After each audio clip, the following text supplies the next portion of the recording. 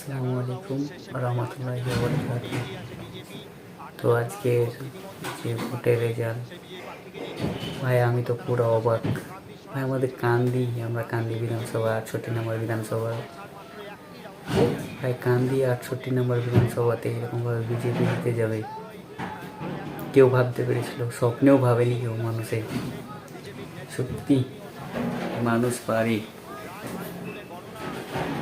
David যে তিনবার MLA অপূর্ব সরকার, তাকে হারিয়ে দিল।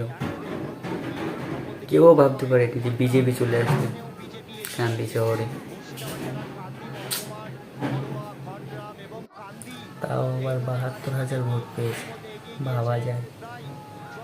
এই তারা শুধুমাত্র অপেক্ষার গণনা শেষের, আর কোন রকম সুযোগ অন্য দলে নেই বলেই মনে করা হচ্ছে।